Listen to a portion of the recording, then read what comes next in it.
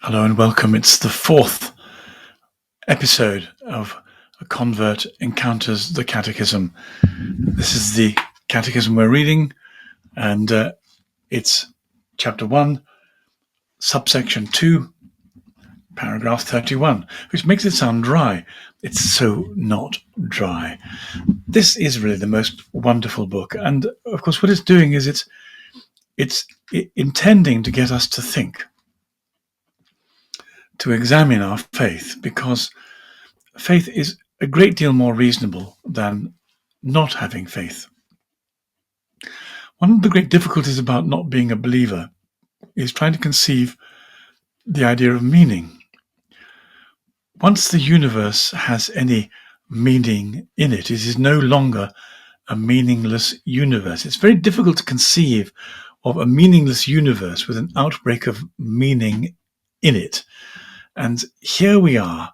There's a notion that the universe is anthropocentric, in the sense that I think it was Professor Barrow from Sussex, the astronomer, who first floated this idea that perhaps the universe intends itself to be looked at through our eyes. We are here to bear witness to the universe. We're here to have consciousness embodied organically in matter, so that the universe can be reflected on. If we weren't here to look at it, who would look at the universe? In what sense would it be observed? It's almost as if it needs to be observed to have significance. Why does it have to have significance? Well, it doesn't, but by having us in the middle of it or existing in it, we are beings who deal in significance. So we are significant. We're monitors of significance. So perhaps we play more of a role in being conscious in the universe than we imagine. Maybe it needs us. Maybe there's some kind of symbiotic relationship between a material universe that contains life and consciousness right at the center of it. It is very difficult to think of meaninglessness. The very moment you ask about meaning, you've introduced meaning into the universe. And if there's meaning in the universe, then there must be a meaner, as in someone who imparts meaning. There must be a greater consciousness of which we are part, because we're obviously contingent. This, of course, works out too, in the sense that everything we know has cause. Everything we know has cause and effect. There's nothing that we know that exists without cause. And that's often why God is described as the first cause, as the simplest Occamy razorish way of describing him. So, chapter 1, subsection 2, paragraph 31, gets us thinking like this. It says, we are created in God's image. Well, that's a huge thing, isn't it? What an extraordinary thing to be told that actually when you look at another human being, you are glimpsing something of God. It's mind-boggling. So already we start with the idea that to look at somebody else is to be warned of the presence of the Creator, because the other person signifies a creator in some kind of way. So we're created in God's image, and we're called to know and to love him. This is very exciting. It means that when we were born programmed, if you like, with the possibility, the vocation to go looking for God. Every human being has that built into our spiritual, mental DNA. Not that the mind has DNA, but you know what I mean. We were made to go on this quest for God. So actually what we're doing as human beings, maybe the most important aspect of our lives, the intention that lies behind us. God spun us into being so we would know him, love him, praise him, and join the heavenly host in adoration. And actually, if you've ever adored a person, Adoring a person and adoring God are very similar exercises, not the same, but to be in love, to adore, is to get a taste for what we're best at, which is basking in this dimension of self-giving appreciation that blows the mind. And having practiced it on one another, we're then ready to turn it to God. We learn to love with each other. And then in the most extraordinary way, of course, we can't bear each other's love. None of us are good enough. We let each other down. We can be treacherous. We can fail. We can not stretch far enough. We can not find the resources enough. In fact, it's always been clear to me that we need God to love one another, because my capacity to forgive another human being, my capacity to be patient, my capacity to start again, having been let down or confused or rejected or repelled, will depend upon an external help. Certainly, I've discovered as a Christian that the only way I can forgive other people is drawing on the forgiveness that I've been given by God. And if I wasn't forgiven by God, I could not forgive others. If I was not continually forgiven by God, I could not continually forgive others. And so God acts as a fountain, a source of all that has to do with loving another human being. We practice on each other. We find we haven't got it. We need to get more love to give to each other. We go to God and he gives us this more love. He gives us the patience. He gives us the sensitivity. He gives us the appetite for love. And then, having loved one another, we discover that it's not enough. No human being can satisfy this desire to love and be loved. We get each other some of the way, and then we circle back to God, who is endlessly lovable. There is no running out of love for God. All you do is develop a deeper and deeper appetite. There is no running out of being loved by God. All we do is find ourselves more and more profoundly loved. And one of the aspects of being a Christian is rather like a sponge, to sponge up more of God's love. Our hearts and our souls need to grow like an internal sponge in order to hold more of the liquid love of God. People start off being small sponges. They can't hold much of God. And part of the purpose of leading a life of prayer and of worship and adoration is that the sponge of the soul can grow in volume and therefore hold more of God. And isn't that who the saints are? Aren't they large, spongiform souls holding much more of God than the rest of us? And that's why God overflows out of them. It's as if we are intended to grow in our capacity to give and receive love, but from God, though we practice on one another, made in God's image, called to know and to love him. The person who seeks God discovers certain ways of getting to know him. Well, this is good.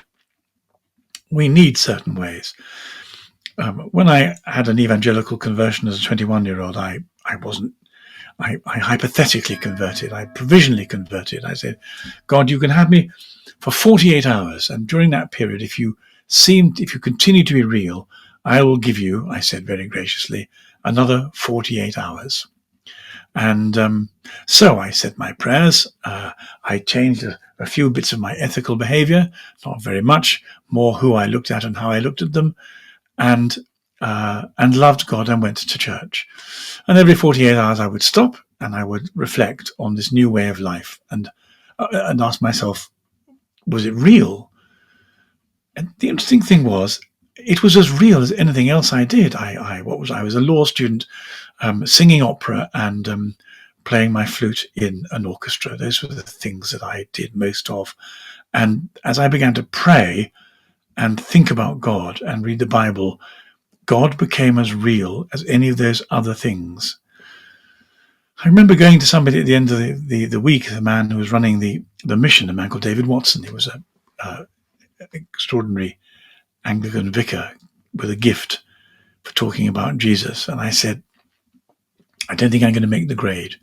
I'm not sure I'll be able to keep on with God. Have you got any tips? And he said, yes. He said, talk to God, pray. I said, I can do that. I've been talking to him a certain amount. I feel slightly stupid in case the Freudian analysis has legs to it, but I don't think it does. Don't think I'm going mad. I will talk to God. He said, read the Bible, read the Gospels especially. I said, no, I'm doing that. I've already become fascinated with Jesus, and I know I don't understand a lot of it, and I know every time I do understand it, it kind of lights a fire in my heart. So I'm happy to do that. I'll talk to God. I'll read about Jesus, and let Jesus talk to me through the Gospels. And then he said, have Christian friends. I said, I don't like Christians very much. They don't appeal to me. That's going to be very difficult. And he said, well, that's very funny. In fact, he laughed and slapped his thighs. He said, that's exactly what I said when I was in your position, when I was a student. And I was told that God would send me some eccentric Christian friends. And he did. And I would say the same thing. My life has been full of eccentric Christian friends. I've not lacked eccentric Christian friends. And in them, of course, one discovers the body of Christ. God operates in a heightened way that brings significance somehow out of the relationships and begins to form his church. As a Protestant, that's where it stops. As a Catholic, that's where it starts, because, of course, the sacraments are at the heart of it. One moves towards the sacraments. So we discover certain ways of knowing God, reading the Bible, saying our prayers. But looking outside ourselves, the Catechism puts it like this. These are also called proofs for the existence of God. Now, this word proof ought to come with a health warning, because proof is part of the scientific method. It works in science, doesn't really work elsewhere. A convincing hypothesis is what most of us deal with. There are very few proofs. If I say to you, does anyone love you? And you say, yes, so-and-so loves me. I say, prove it. You say, well, I can't prove it. I know it. I can't prove it. I certainly can't. I might feel it's proved to me, but I can't prove it to you. It's not capable of it. We talk about proof and needing proof, and particularly when it comes to God, but that's not how we operate at all. And so the Catechism here is using the word proof in a different way, and it explains what it means. These are also called proofs for the existence of God, not in the sense of proofs in natural sciences, but rather in the sense of converging and convincing arguments. This is the kind of working hypothesis. Let's arrange the world in this kind of way and see if it makes sense. That's exactly what happens when you begin to embark on the life of faith. You arrange the world in a certain way, with God at the top, a hierarchy of meanings, and then you live as if God was there, and you discover he is. And you didn't make it happen. You allowed the conditions for it to happen. You made the conditions for it to happen, but you didn't make it happen. You collaborated with something that was ready to happen. A bit like giving birth, being pregnant with an idea, being pregnant with an experience, something that starts very slowly, that the Holy Spirit, if you like, the Holy Spirit makes us, each of us, pregnant with the idea of God, and slowly but surely, once we're impregnated, it grows and it takes on a life of its own. It's not proof in the normal sense, but it's a converging and convincing argument, which, well, now the Catechism says it allows us to attain certainty about the truth. I'm uncomfortable with that. I wouldn't want to put the word certainty in there. Well, the Catechism has put it in. You might like it. I wonder if we can find a better word. Convincing evidence. It's about being convinced, isn't it? It's not about being certain. I mean, what on earth are we certain about? Certainty is not something that really comes in the kind of lexicon of experience of most of us. It's we might talk hyperbolically about certainty, but I'm uncomfortable with the word. You might be more comfortable. You might like it. I'd rather talk about confidence, which allows us to attain a certain confidence about the truth. It's always seemed to me as though truth is a weight-bearing experience. We put our weight on it and we discover we're carried, and that gives us confidence. I remember Charles Williams talking about the fact that in one of his novels that we take a lot of the universe for granted when we shouldn't. What if, for example, the universe behaved in a much more random way? I mean, if, as it is, if you go to a door and you turn the handle, 99 times out of 100, the door will open unless the handle's stuck or something's malfunctioning. But what won't happen is you won't suddenly discover a skylight opening as you turn the handle of the door, or you won't, as you push the door open, suddenly discover the roof coming off the house. It never happens like that. We're given confidence that we live in a universe with rules, a universe with coherence. In our world, unlike, for example, the quantum world, which, to be honest, I don't understand very well at all, but in our world, random doesn't happen. And it's a very good thing too. I mean, if after all you boiled an egg and you were never quite sure what was going to happen when you opened the egg, would you get white and yolk cooked in the right way, or would you suddenly discover that actually it had jam inside, or stones, or the egg doesn't ever surprise you. It might be a bad egg, but it's an egg. It's always an egg. And Williams thought that we didn't give the world enough credit for being consistent, and this very consistency is also a sign of the reality of God, who is also consistent, and that we shouldn't underestimate it, because it is quite extraordinary that the world continues to be consistent and coherent and not play tricks with us or drive us mad. So it allows us to attain the Catechism says certainty about the truth. I'd rather have confidence in the truth. Paragraph 32, the world. So there's the world and the human being. Well, the world, it starts, this is rather beautiful and very condensed. It starts from movement, comma, becoming, comma, contingency, comma, and the world's order and beauty. And through that one comes to a knowledge of God as the origin and end of the universe. This is pretty deep. This stretches the mind. The elastic of the mind knows it may be being invited to be fully stretched. So look at these. Well, let's start at the backwards first of all. What we're being invited to know, I suppose, is telos. Catherine Bennett used to be very fond of talking about telos, quite rightly, because we live in a universe which has certain goals attached to it. The goal, what is the goal for the human being? Surely it's the adoration and the knowledge of God. Otherwise it's entropy. Our hair falls out, our skin begins to sag, bits don't work, bits fall off. That's not a goal, that's collapse. And St. Paul deals with this by saying it is extraordinary that the greater the collapse on the outside, the deeper the experience of God on the inside. The telos is on the inside, not the outside. We're growing a soul. We're back to the sponge, perhaps. The idea is that the inside should be growing a bit like a TARDIS. We are TARDIS-like. Our insides are growing deeper, wider, more profound as we grow older, or they ought to. Have you noticed how some people, if you look at the eyes, some people have eyes that go back quite a long way, and other people don't.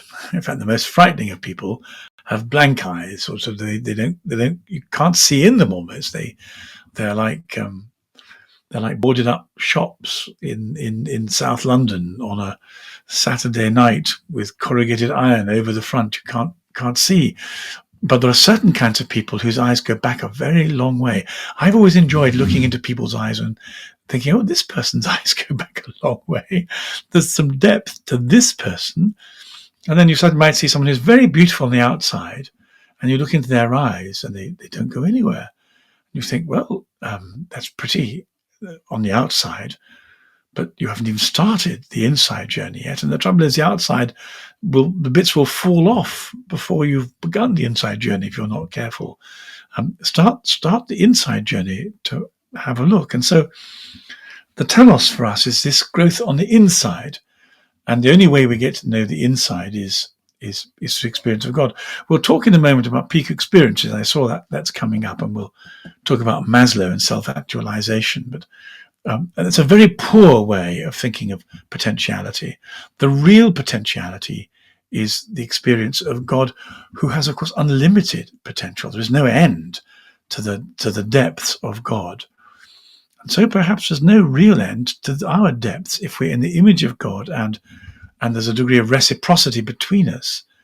Perhaps there's no limit to the depth of a person's soul or the inside. So, first of all, we're invited to get to know God as the origin and the end of the universe. God is our end. But is God our origin? Well, he has to be.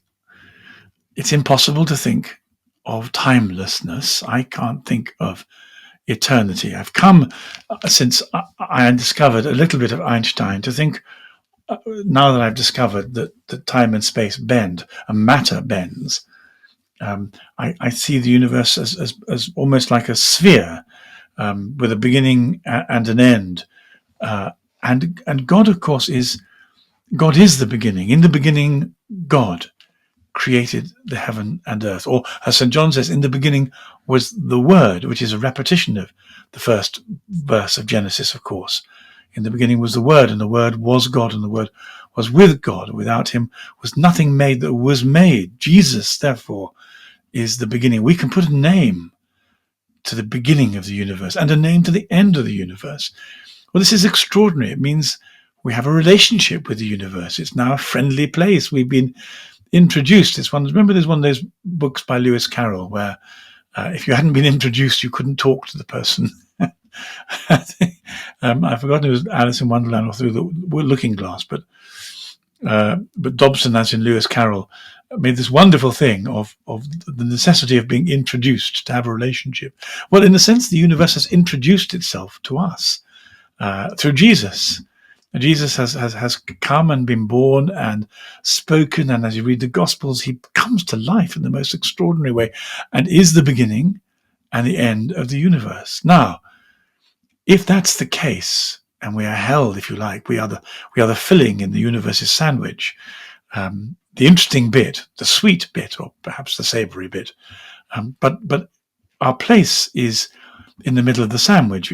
There has to be a beginning, there has to be an end, and in the middle is our becoming aware, our becoming in relationship with God, as opposed to just suffering from entropy. And then the having established, you like, the existential sandwich of God, the beginning and the end, we have this wonderful linear journey, and very powerfully, the Catechism says to us, starting from movement, becoming contingency, and the world's order and beauty.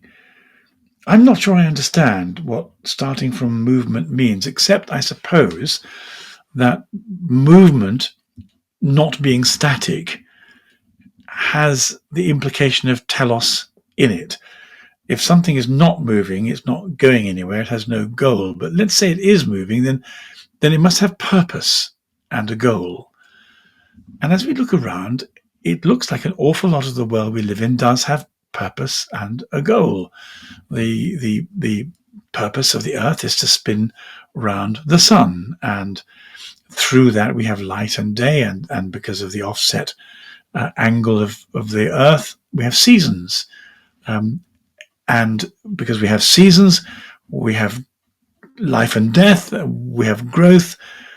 Everything seems to have a purpose or a function. Meaning is built in to every part of the universe. I wish I understood more about DNA, because the little I understand makes it absolutely incredible that everything has this code written into it by the Creator for meaning and for purpose. This is mind. How is it possible to even begin to think about meaninglessness and not believing in God when everything is coded to do, to become, to behave, to function? Everything has the fingerprint of a mind, if that's not a mixed metaphor. Well, it is, I'm sorry. We are surrounded by constant meaning, constant telos, constant beginning and end, constant journeying. No wonder the idea of pilgrimage and the journey is so important in the imaginative novel that we write, the imagination that when we look for 7 basic plots, aren't there? So, beginning and end, starting with movement. I need to think more about that. I think that's pregnant with an awful lot of moving, meaning, the idea of movement. So forgive me if I'm a bit superficial. I'm doing this on the hoof. Becoming. Well, becoming is very interesting, isn't it? We can see the becomings around us. We can see buds becoming flowers. We can see, in a Newmanesque sense, acorns becoming trees, this great metaphor for the church. The church is becoming its development in a way that's fully integrated with its beginning. We see a lot of becoming. And then again, the question is, what is the becoming of human beings? What are we supposed to become? Well, not empty, for sure. We can look at some human beings, particularly the saints, and say, that's what I'm supposed to become. So, who do you look at to find your modeling of becoming? Do you look perhaps at well, it might be musicians or artists or writers or intellectuals or sportsmen and women? For me, I think the saints are the most fertile fruit of becoming. Everything else seems to me to either run out of steam or come to an end. There are wonderful musicians who at the age of 80 can still play music, but they lack a certain muscularity. They lack a vibrancy. They might even lack a freshness. Maybe they've lost their sense of wonder, perhaps. But saints, the becoming of holiness is never ending, never limited. It's not like being an intellectual who might lose his marbles, a musician whom arthritis stops playing, a sportsman whose life is over at 35. The life of the soul, the becoming of the soul, is more fructitious and potentially fruitful than anything else. And of course, this is where Jung and Maslow come in. These are psychologists who had a sense of, Maslow it's called self-actualization, and Jung it's called individuation. But it seems to me, when I first came across these ideas, they're very exciting to begin with. And you say, well, what do they mean? What do they consist of? Show me a self-actualized person, please. And then there isn't one. There are no self-actualized. I remember reading a really silly book once suggesting that, maybe Martin Luther King. Well, this author hadn't read about Martin Luther King. He had a rather dodgy private life. There's nothing self-actualized about him. No, the real development of potential seems to me to be most fruitful in terms of holiness. Holy people glow. Holy people do miracles. Holy people are like TARDIS. They contain God. If we're going to compare with other models of humanity, potentiality, the saints seem to me to score higher on that than any other mode of fulfilled potentiality. Becoming. Contingency, that's a very interesting word. Contingency is a sense that we are dependent, and one of the great dangers in life is that we think ourselves as being independent, because that would be false. It would be an illusion. Maya, as it says in the Hindu religious vocabulary, it wouldn't be true. We're never independent. We are never self-sufficient. We're dependent on other people. They were talking about Tommy Robinson being punished in a cell, and I think I hadn't realized until people began to talk about what isolation was like in regards to the state making him a political prisoner, that we need other people to save ourselves from going mad. We need people. I've discovered how much I need people to recognize me, not as important, but just by name. Hello, Gavin. You're the man who lives up there. Hello, the man who lives up there. Hello, the man who knows the man who lives up there. There's a sense of belonging where we're recognized.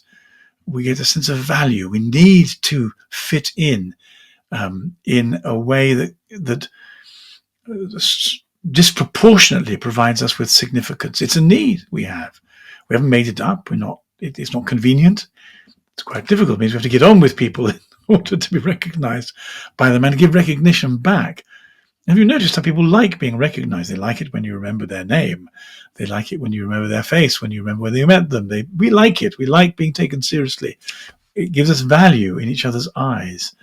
Again, there is this contingency. We are dependent on one another. And so in the world, we discover movement, becoming, a mutual dependence on and once we discover, who are we dependent on? We're dependent on God, who is our beginning and our end, who began the universe, who began our parents' life, who began our life. This extraordinary moment when life begins in the womb and a cluster of cells become the potentiality of knowing and loving God, become a potential saint, become a potential miracle maker. This cluster of cells contains within it a coding that allows a human being to become and to love and to forgive and to joy, to praise, to adore, to discover, to make mistakes, to be forgiven. What a journey, what a contingency. All contained in the egg and the sperm that come together and start the division of cells. How is it possible to get so much meaning in two dividing cells? And yet that's how God does it. Contingency, and then the world's order and beauty. Order is a lovely thing. I was talking the other day about how in all good monasteries you get order. Order and holiness are really rather lovely. Hierarchy and order are despised in our secular culture, but there is something very beautiful about order, and in the best sense, hierarchy. So beauty, order and beauty, one comes to a knowledge of God. And now we quote from the Bible, from Romans chapter 1, because as St. Paul says of the Gentiles, what can be known about God is plain to the pagans. To them, it says, but it means the pagans. Because God has shown it to them. Ever since the creation of the world, his invisible nature, namely his eternal power and deity, has been clearly perceived in the things that have been made. In other words, what St. Paul is saying, and what St. Paul is saying the pagans are saying, is you just need a bit of common sense. Look around and you will get God, as all tribes have. They don't not believe in God, the 20th centuries. I think I said the other day, it was the first time that the possibility of not believing in God happened. But then we know, of course, too, what not believing in God is like. It's not that the atheists say we can conceive of non-God, non-meaning, non-purpose, because they can't. What they really mean is I refuse to believe in God in order to retain some degree of moral autonomy. I'm not going to obey anybody else's rules. I'm not going to be accountable. And for that to be achieved, I have to be an atheist. I am therefore an atheist. Sod your God, they say, as an act of rebellion. We know where this rebellion comes from. Atheism is a posture. It's not intellectually respectable. It's a means of providing some pseudo-independence from being morally accountable to God. We shouldn't take atheists as seriously as we do. They're frauds. They cannot believe in meaninglessness. The meaning of their life is posited in meaninglessness. That's a contradiction. Even they know that. This is simply a posture to avoid being morally accountable. So, St. Paul says, it's obvious to everybody there's a God. You just look around, of course there is. And then St. Augustine issues this wonderful challenge in the Confessions. He says, question the beauty of the earth. If you are not sure about God, try a bit of awe. Isn't it lovely the way American kids have developed the word awesome? Because we should be using the word awe more often, or ah. Can't do it, I'm afraid. Can't find the part of my mouth to speak American accents in. But awesome is exactly what we need in order to begin to kickstart our appreciation of God. To look at the world on a dawn at dawn, when the mist lies heavy and the colours are unbelievably soft and the smells are unbelievably profound, and we are just overwhelmed by utter mystery and delight and awe. To see, well, sometimes to see beauty in the human form, to see a beautiful man or a woman, and to go, oh my goodness, that's breathtaking. To see, for me, music is particularly the source of awe. To hear a phrase or a melody that you can't get out of your head, that catches your heart, makes your heart dance, and you go, well, where did that come from? I'm quite convinced that, I mean, it's part of the reason why I fancy myself as a Platonist or a Neoplatonist, is because I think Mozart heard the music from heaven. I think he heard the tunes, and the clarinet quintet. Where did he get it from? I think he overheard some angel in heaven whistling, or Schubert must be whistling angels. Where else do these melodies come from? And I mean, and how is it possible that one can take vibrations that are, in fact, measured only by mathematics, really? I mean, if we go back to Pythagoras and the scale and the length of a string and what harmonics are, how is it possible these vibrations, these mathematical vibrations, can turn into Verdi's Requiem or Mozart's Clarinet Concerto or William Byrd sitting for the Mass or Beethoven's Ninth or an English folk song? I mean, how? One only has to listen to beauty, and one has to say we are privileged indeed to be surrounded by so much beauty and awe. It's a gift. All we've done is perceive it. We didn't make it, although sometimes we're invited, of course, to co-create it by God as composers or as instrumentalists or painters. I mean, that's the great thing about being an artist. Artists have been given this privilege of becoming co-creators with God, because they take what he started and they amplify it or put it into different shapes. It is an extraordinary calling to be an artist of any kind. So Augustine says, question the beauty of the earth, question the beauty of the sea. Don't get me started on the sea. The beauty of the air distending and diffusing itself. Question the beauty of the sky. Question all these realities, and all respond, see, we are beautiful. Their beauty is a profession, confessio. These beauties are subject to change. Who made them if not the beautiful one, Pulcher? Pulcrissimo? Who is not subject to change? Augustine, a sermon, number 241. That brings us to the end of paragraphs 32. Well, this is the Catechism. I'll release this one as a public YouTube. Everyone can have it. But basically, most days we do, not quite as long as this, I have to say, because this was jam-packed with interesting ideas. We do the confession, the Catechism. So if you'd like to read the Catechism and to think about it, or to read it and to listen to my rather subcompetent commentary, then please sign up to the Substack, and for £5 a month you can take part in this and read the articles and everything gathered together. And if you don't think it's worth it, you can take your money elsewhere and give it to another Substack where you'll get better value for money. But meanwhile, if you like this, come to the Ashington Substack and sign up and be part of this journey. I have to say, I'm so looking forward to this. This is, what an exercise. Aren't we lucky to be Catholics and to have this, and to be able to read it and to think about it and to allow it to inform our relationship with the living God, who comes to die for us, to love us, and to let the angels sing us into heaven, to grow the sponge of our soul, to increase the internal dimensions of the TARDIS of our internalized loving. It's an amazing journey we're on. Well, thank you for joining me on this journey, and if you'd like to come along for more of it, this is where it happens. God bless you. God keep you. Thank God for the Catholic Church, and thank God for the Catechism. But above all, thank God for Jesus.